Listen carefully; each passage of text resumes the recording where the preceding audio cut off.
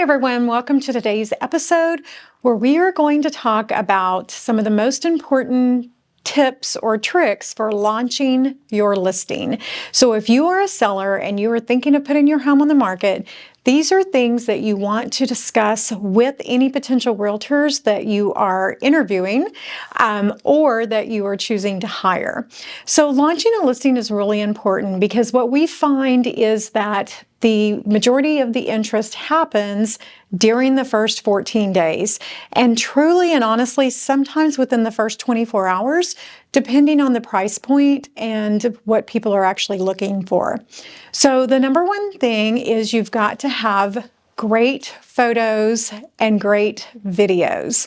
So we take a minimum of 50 professional style photos. We send them through a program, it's kind of like an AI, to make sure that the lighting is correct and that there's not a lot of shadows and everything. We shoot vertical videos. Jill's helping me here. Vertical videos. And the vertical videos are for social media. So those go on Facebook, TikTok, Instagram, Pinterest, LinkedIn.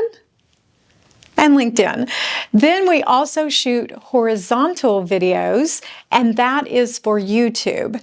Now, that feels like a super lot of work, and it absolutely is. But here's the thing, we never know where our next buyer is going to find us. So we literally use all of the platforms and make sure that we launch to all of those platforms.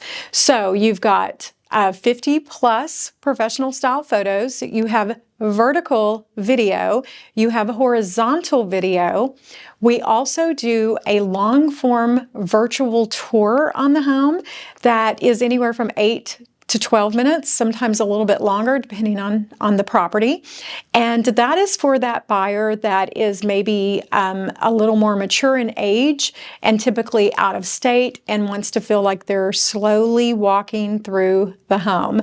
Whereas the vertical and horizontal videos that we shoot, those are a little more fast-paced and again, work a little bit better with social media. The next thing that we do is we do drone videography, and sometimes that is just simply a couple of great photos from up higher from a different angle, and then sometimes we actually do videos with the drone. It kind of depends on the tree situation and what's around the home, because we do want to make sure that we're safe and not, bumping into anything with that drone. But seeing the home from a different angle, especially if there's a swimming pool or, some really cool feature that you can't get in the initial front photo, sometimes the drone will correct that. And sometimes that's just trees and there's nothing we can do about it. So then we take the photos and, like I had said, we run them through like an AI program. We take out things that were not meant to be in the photo. So sometimes people will move out of the home and all of the electronic guts, if you will, the lines or the cables will be just hanging from the wall. So we'll remove those from a photo, and we can also virtually stage a room if needed. So sometimes you get a huge, ginormous house, like say 4 bedrooms, formal living, formal dining, a den, an office. And when you take photos of an entire vacant home, it's very confusing for a buyer when they're looking through. It's just like vacant room, vacant room, vacant room. So what we've found is that the virtual staging, and we don't change colors, we don't change flooring, we don't change the home. But for example, in a primary bedroom, we could add a king size bed so that you could see visually that, yes, there's still plenty of space in that room for additional. We don't, try to do a ton of stuff, but it's just more of helping the buyer see what is happening with this large vacant home. Now, obviously, when you get there, the home is vacant, but it's a little bit different when you're walking through and you realize this is a dining room, this is a den, yada, yada. So once we have the photos and they're ready to upload, we make sure that that they do go into our multi-list, and then we post them from the multi-list. They go to a little, or not just from multi-list, but from our office IDX. They end up going to a little over 300 websites so that the property is very, very visible. And we also IDX, which means that other brokerages can also share those videos or share those photos so that they can bring in buyers also. My specialty actually is co-broking. My goal is not to be the one to sell your home. My goal is to sell the home in the shortest amount of time for the most amount of money. And what we find the way that works best is involving as many qualified buyers as possible. So it doesn't have to be my buyer or the sales team buyer or even a Century 21 agent. We welcome all agents and get this property in front of them. Then what we do with all of the video that we've taken, then our lovely marketing director, Jill, goes through and puts those together in several different formats, depending on which platform we're going to post them on. We also utilize AI to help write a description on the property so that we can really lean into what the best points of the home are, whether it's the location, the size, the view, or there's some really unique or cool features. So it's not just us writing it, it's us taking the information and then tweaking it after AI kind of gives us some pointers on it. We also do a broker's tour, and that is where we get as many realtors together as we can to go through the home. Signage is huge. We definitely believe in signage, not only a yard sign, but directional signs to the property.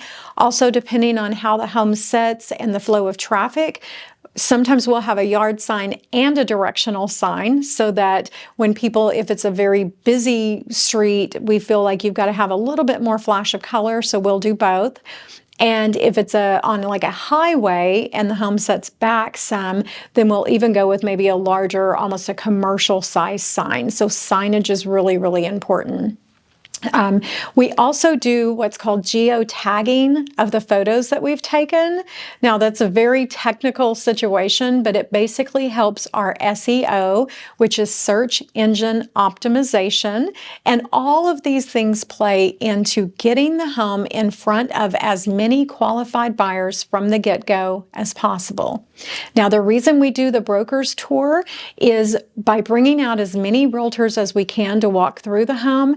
We've got several things happening. For one, they may have qualified buyers who have been looking for something like that. And my favorite thing is when we're doing the broker's tour is a realtor will be on the phone calling their client saying, hey, are you available to come look at this home? Love that. The other thing is we also encourage and allow those other realtors that are in the home to do video, short form videos for themselves to post and share on their social media. So again, they are helping us, if you will, helping us advertise your home and get it in front of as many people as possible. Also, depending on location and just the time of year and what's happening, we do typically try to do an open house on the property within the first 2 weeks. Now, this is a launch of your home.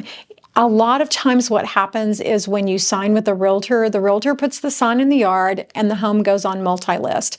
But guys, I'm here to tell you that is not the best way to get your home sold. What you've got to do is get it in front of as many people as possible, and that is physically, online, through the videos, and we really try to cover all bases so that we can make sure that if there's a qualified buyer out there, your home has popped up in front of them. Now, we have a step-by-step list that we go by. That is not even the tip of the iceberg. But because I've recently had some sellers in other markets ask, what do you do to get your homes sold so quickly?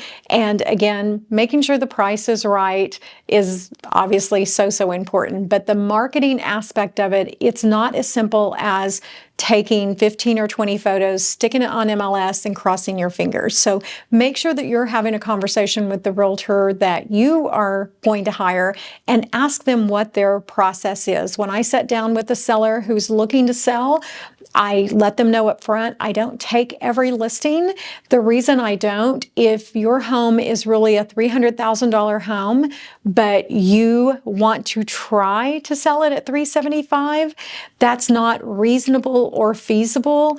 And because I spend so much time and money marketing the home, I don't make any money unless I sell the home. And what would happen is I would be spending money for 6 months and using my weekends to show it and to hold open houses, knowing that you're $75,000 overpriced. So I don't take every listing because of that. So make sure that if you know that your home is overpriced and the realtor is agreeing to do it, find out, are they going to spend money and time marketing the home?